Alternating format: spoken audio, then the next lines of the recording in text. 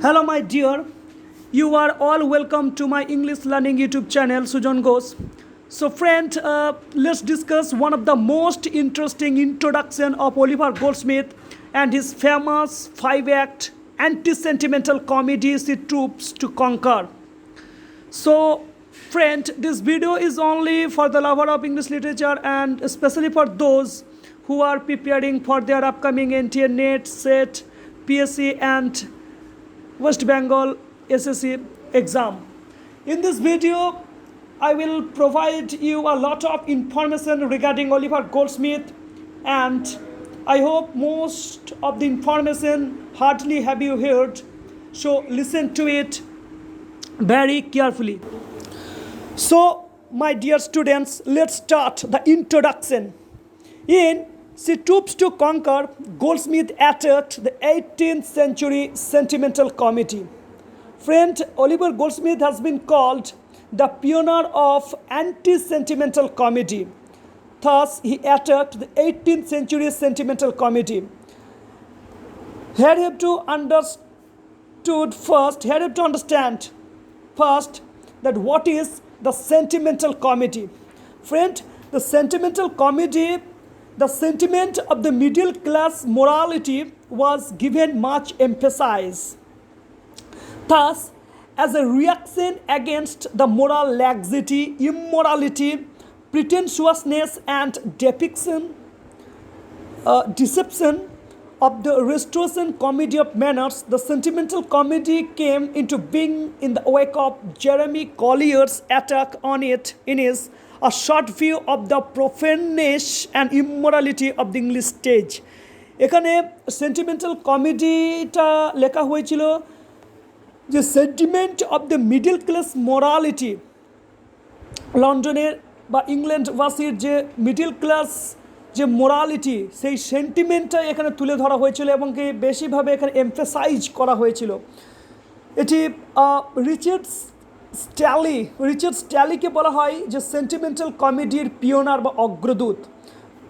Richard স্ট্যালির the conscious lover and the tender husband আর two sentimental comedy.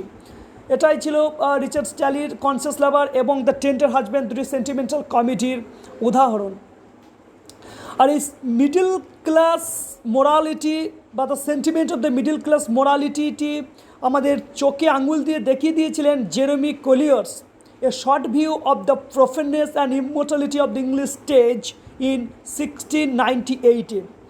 এই যে সেন্টিমেন্ট মিডল ক্লাস মোরালিটি, এই সেন্টিমেন্টের জন্যই থিয়েটার থেকে লাফটার একেবারে ডেসিকেটেড, শুকিয়ে গিয়েছিল। কারণ কি? কারণ because of much emphasise on the sentiment of middle class morality, middle class যে মোরালিটি সেটা এমফেসাইজ করা হতো, সেই জন্যই এই অলিভার গোল্ডস্মিথ তিনি এই সেন্টিমেন্টাল কমিটিকে অ্যাট্রাক্ট করেছিলেন। তারপরেই দেন ইন ভোগ এটি প্রথারূপে চালু হয়। হি হোপড টু রেস্টোর লাফিং কমেডি, তিনি চেয়েছিলেন লাফিং comedy and banish sentimentality from the theatre. এই যে sentiment of the middle class মোরালিটির, তিনি এই যে মোরালিটিটি তিনি ব্যানিশ করতে চেয়েছিলেন থিয়েটার থেকে। The Troops to Conquer is effective because of broad characterization and the farcical humor. এখানে হিউমার কথাটি জানতে হবে যে হিউমার কথাটি কি। Ben Jonson, the post Shakespearean dramatist, was the first writer in English to write the comedy of humor.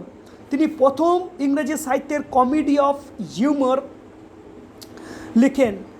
তিনি actually comedy of humour একটা classical style, and it simply believe that every human body has 4 types of hormones or fluids, that is choleric, melancholic, blood and phlegm.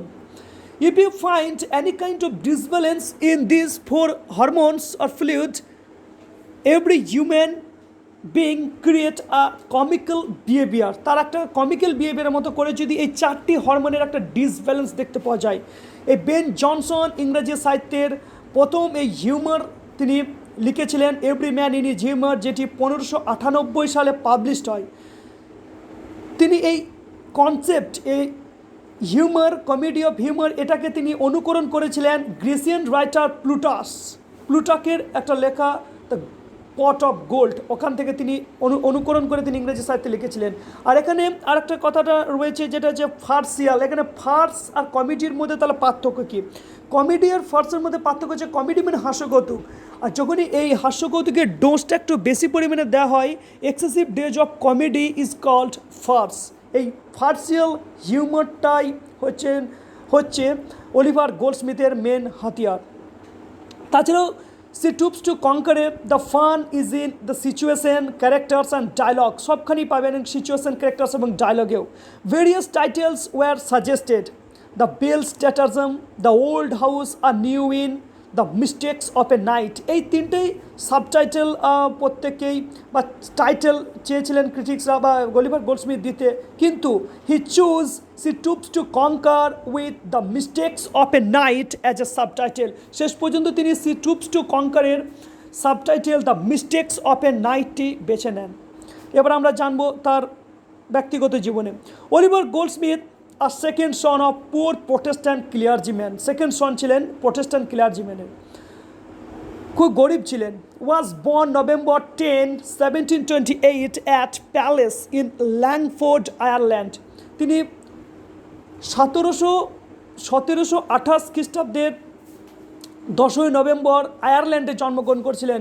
French এই তার জন্ম তারিখ এবং Ireland তার নিজস্ব দেশ, এই দুটি খুবই ইম্পর্ট্যান্ট, কারণ অনেক সময় আমি দেখেছি এনটিএ নেট সেট এক্সামে এগুলিকে অনেক রাইটার বা অথার দিয়ে দেয় এবং তাদের আর কি সিকোয়েন্স করতে হয় যে কে আগে পড়ে কোন রাইটার, তখন এই ডেট বা কোন দেশ থেকে বিলং করেছে এগুলো আমি দেখেছি অনেক এক্সামে দিয়ে দেয়, সেই জন্য এটা খুবই ইম্পর্ট্যান্ট।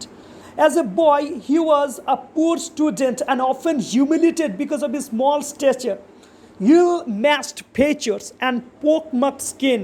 তিনি ছোটোবেলা থেকেই গরিব স্টুডেন্ট ছিলেনই, প্লাস হিউমিলিয়েটেড হতেন।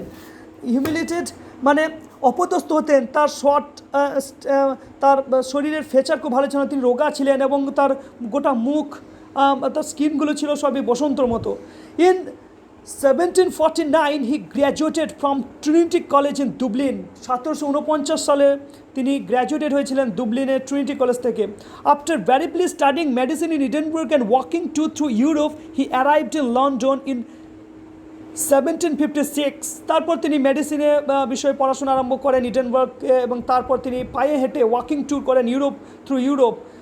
সেইখানে তিনি লন্ডনে পৌঁছান, ইউরোপের মাধ্যমে প্রথম ইউরোপ যান, তারপরে তিনি arrived in London in 1756 without friends or money, কোনো রকম বন্ধু এবং পয়সা ছাড়াই। অনলি হিজ ব্রগ, এখানে ব্রগ মানে কথাটা হচ্ছে প্রাদেশিক উচ্চারণ ভঙ্গি এবং ব্লান্ডার্স মানে সাংঘাতিক ভুল। তিনি বিভিন্ন প্রাদেশিক তিনি কথা বলতেন বিভিন্ন ভাষায়, কিন্তু সেগুলো সাংঘাতিক ভুলের ভর্তি ছিল, ভুল। To recommend him, he earned a meagre living by writing articles. তিনি খুবই কম সংখ্যক কামাইতেন, শুধুমাত্র লিখতেন অল্প অল্প কিছু রাইটিং। তখন প্রথম জীবনে এখানে আর্টিকেলস, পোয়েট্রি ফর সেভারাল পিরিয়ডিক্যালসে তিনি লিখতেন। He met and was helped by doctor Samuel Johnson. এখানে মনে রাখবেন স্যামুয়েল জনসন ছিলেন অলিভার গোল্ডস্মিথের একজন ভালো বন্ধু, who at this time was foremost among man of letters. তিনি ছিলেন ম্যান অফ লেটার্স মানে একজন বিখ্যাত জ্ঞানী ব্যক্তিদের মধ্যে একজন, ডক্টর স্যামুয়েল জনসন। ওনার সাথে দেখা হয় অলিভার গোল্ডস্মিথের। এবার জানবো তার পাবলিশিং, তার লিটারারি ক্যারিয়ার সম্বন্ধে।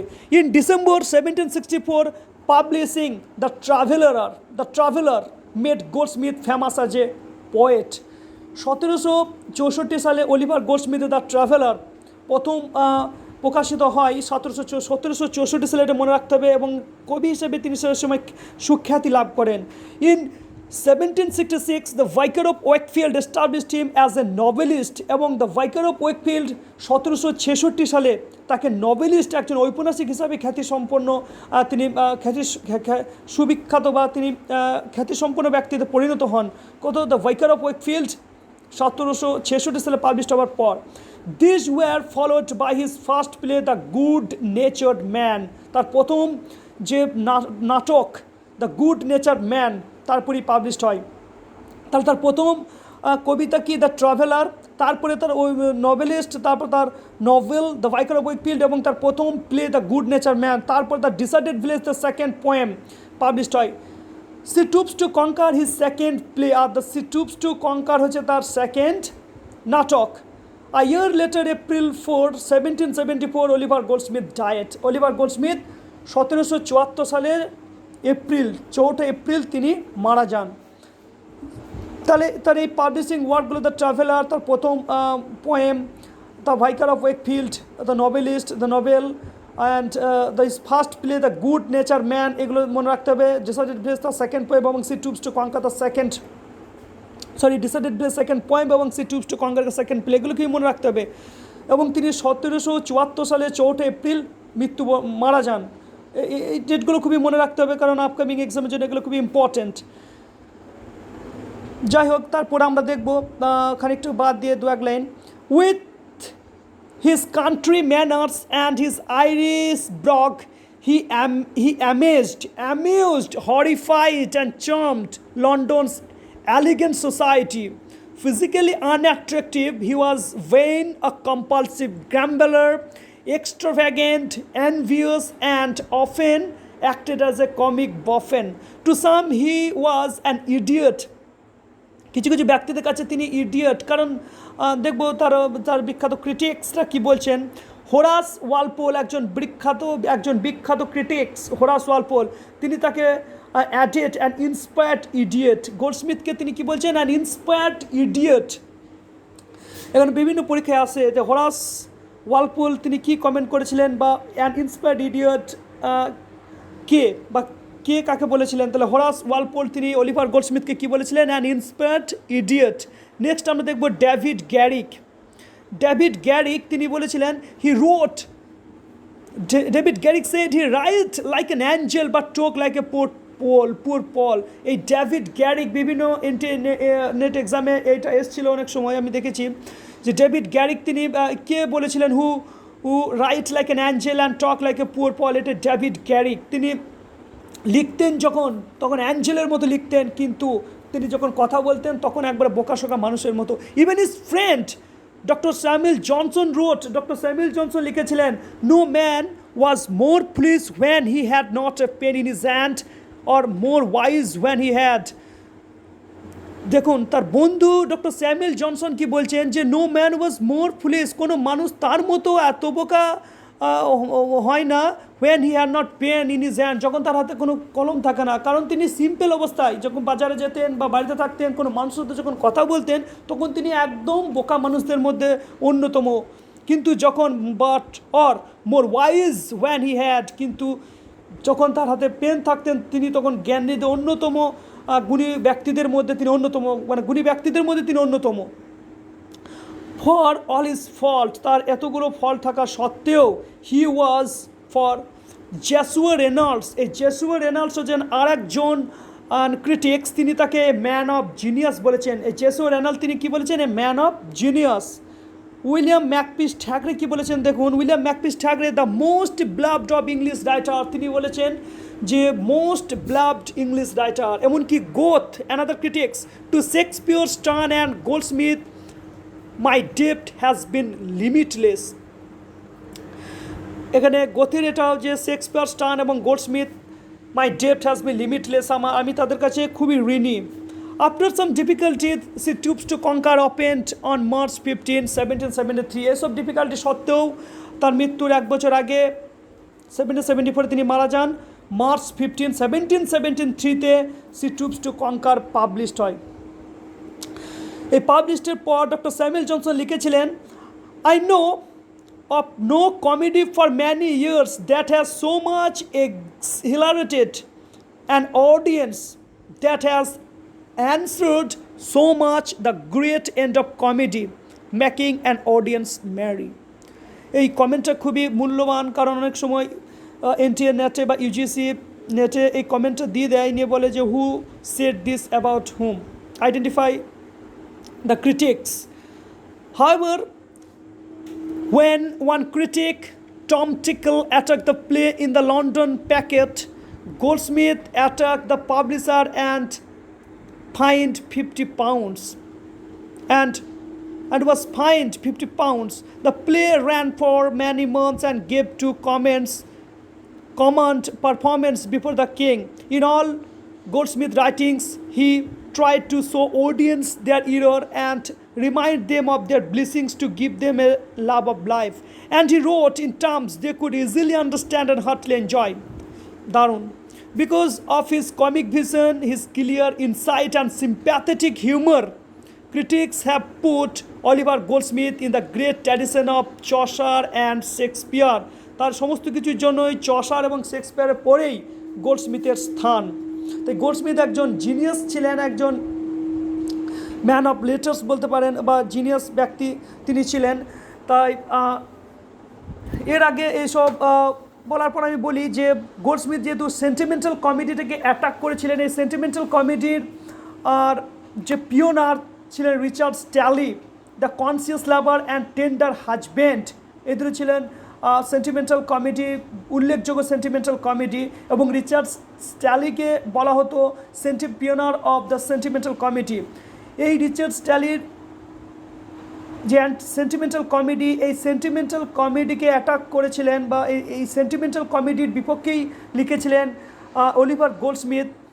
সেই জন্য অলিভার গোল্ডস্মিথকে বলা হয় the pioneer of anti sentimental comedy. এবং অলিভার গোল্ডস্মিথের সি টুপস টু কঙ্কার এবং রিচার্ড স্যারিডেনের the rival and school for স্কাউন্ডেলকে অ্যান্টি সেন্টিমেন্টাল কমেডির অন্যতম দুটি অ্যান্টি সেন্টিমেন্টাল কমেডি হিসাবে ধরা হয়। এই দুটি বিখ্যাত। এইগুলি হলো ইন্ট্রোডাকশন। নেক্সট ভিডিওতে আমি অলিভার গোল্ডস্মিথের she stoops to conquer the mistakes of a নাইটের ক্যারেক্টার এবং অ্যাক্ট 1 সিন 1 আর সিন 2 এর আলোচনা করব। So thank you friend, stay tuned, stay with me, good bye.